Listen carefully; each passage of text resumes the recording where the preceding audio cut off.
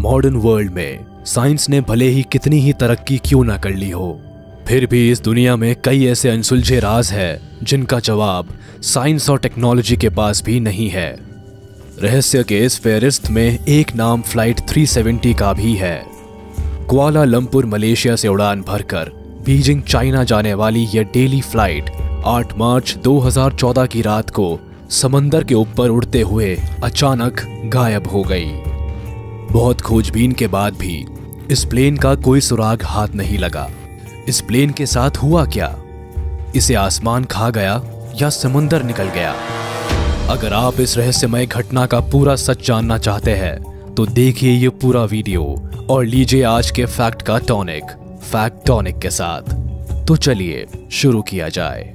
Malaysian airline की flight MH370 Kuala Lumpur से Beijing China के लिए रोजाना उड़ान भरने वाली फ्लाइट थी और रोज की तरह 8 मार्च 2014 को भी Boeing 777-200ER flight number MH370 ने अपने लोकल टाइम 12:41 पर कुआलालंपुर इंटरनेशनल एयरपोर्ट से उड़ान भरी, जिसमें चाइना, मलेशिया, ऑस्ट्रेलिया और इंडोनेशिया सहित 14 देशों के पैसेंजर सवार थे।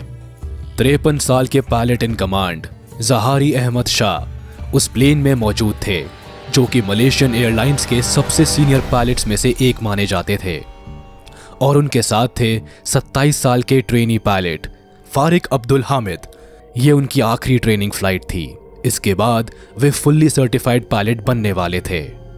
227 पैसेंजर्स और 12 क्रू मेंबर्स वाले इस विमान को 6 घंटे का सफर तय करते हुए सुबह 6:30 बजे बीजिंग एयरपोर्ट पहुंचना था। टेक ऑफ के दौरान इस फ्लाइट में करीब 49,100 kg फ्यूल था, जो 7 से 8 घंटे की उड़ान के लिए पर्याप्त था। मौसम भी बिल्कुल साफ था। मलेशिया से होते हुए वो प्लेन नॉर्थ ईस्ट की तरफ बढ़ रहा था। कुआलालंपुर एयर ट्रैफिक कंट्रोल से प्लेन के कैप्टन की आखिरी बात टेक ऑफ के करीब 38 मिनट बाद हुई थी। उस वक्त प्लेन कुआलालंपुर एयर स्पेस की सीमा पार कर रहा था।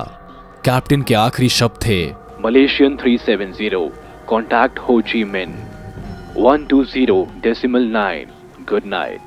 इसके बाद कैप्टन को वियतनाम एयर स्पेस कंट्रोल से संपर्क करना था, मगर आखिरी चेक इन के 2 से 3 मिनट बाद ही फ्लाइट 370 मलेशियन और वियतनामीज दोनों के ही रेडार स्क्रीन से अचानक गायब हो गया। इसके बाद कई घंटों तक संपर्क करने की कोशिश की गई, पर निराशा के अलावा कुछ हाथ नहीं लगा। उस ओर से कोई जवाब नहीं आ रहा था। इस अचानक हुई घटना ने पूरी दुनिया को सकते में डाल दिया। अथॉरिटीज के पास मीडिया के सवालों का जवाब नहीं था। अगले ही दिन यानी 9 मार्च 2014 को खो चुके इस विमान को ढूंढने के लिए मल्टीनेशनल सर्च ऑपरेशन शुरू किया गया, जिसमें 7 देशों के 27 एयरक्राफ्ट्स और 34 शिप शामिल हुए। प्लेन की आखिरी लोकेशन के हिसाब से साउथ चाइना सी को फोकस किया गया। सभी को उम्मीद थी कि यदि विमान समंदर में गिरकर डूबा है तो उसके मलबे का कोई तो सुराग जरूर हाथ लगेगा, मगर काफी छानबीन के बाद भी कुछ हासिल नहीं हो सका, मानो उस हवाई जहाज को हवा से ही किसी ने निगल लिया हो। कुछ दिनों बाद जानकारी मिली कि एयर ट्रैफिक कंट्रोल से संपर्क टूटने के बाद करीब 1 घंटे तक मलेशियन एयरफोर्स के मिलिट्री रेडार सिस्टम ने विमान को ट्रेस किया था। यहां से मिली जानकारी से मालूम हुआ कि प्लेन उड़ते हुए अंडमान सी से करीब 240 किलोमीटर आगे तक पहुंच गया था। उसके बाद मिलिट्री रेडार से प्लेन का संपर्क टूट गया।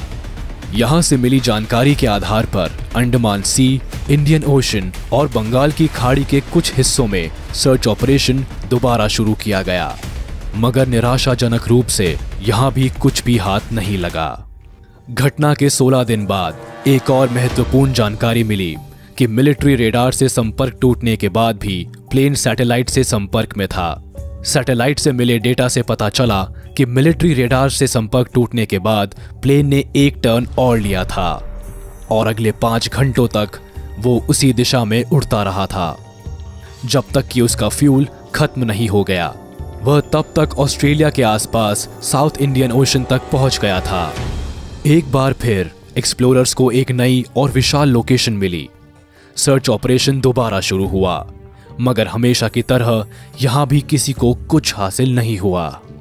घटना के करीब साल भर बाद जुलाई 2015 में आखिरी सर्च लोकेशन से करीब 1000 किलोमीटर दूर एक छोटे से टापू रियूनियन आइलैंड पर प्लेन के मलबे का एक टुकड़ा मिला, जो MH370 के पंख का टुकड़ा बताया गया।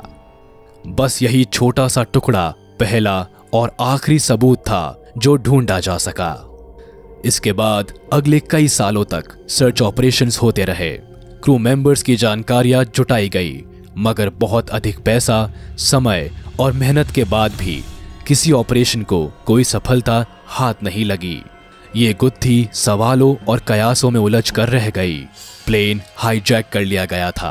प्लेन के कंप्यूटर सिस्टम को रिमोट पर लेकर कंट्रोल किया गया था और किसी खुफिया जगह ले जाया गया था। प्लेन का पायलट डिप्रेशन का शिकार था। प्लेन पर गोलियां चली थी। प्लेन में आग लग गई थी, वगैरह वगैरह। ऐसी कई कहानियां आकार लेती गई, मगर एक भी सच साबित नहीं किया जा सका। इन सर्च ऑपरेशंस के बाद यदि कुछ हाथ लगा तो वो ये थे कई सारे सवाल। प्लेन का ट्रांसपोर्टर अचानक बंद कैसे हो गया? प्लेन ने अचानक गलत दिशा कैसे पकड़ ली? अगर प्लेन हाईजैक किया गया था तो किसी ने भी इसकी जिम्मेदारी क्यों नहीं ली? या मलेशियन गवर्नमेंट पर कुछ भी डिमांड कर दबाव क्यों नहीं बनाया गया? कई सवालों को अनसुलझा छोड़कर फ्लाइट 370 समंदर की गहराइयों में न जाने कहां दफन हो गया। तो अगर इस वीडियो में शामिल अहम जानकारी आपको पसंद आई हो तो हमारे इस वीडियो को लाइक और चैनल को सब्सक्राइब करने में बिल्कुल भी देरी ना करें। इसी तरह के रोचक तथ्य से भरे अमेजिंग वीडियोस हम आपके लिए लाते रहेंगे।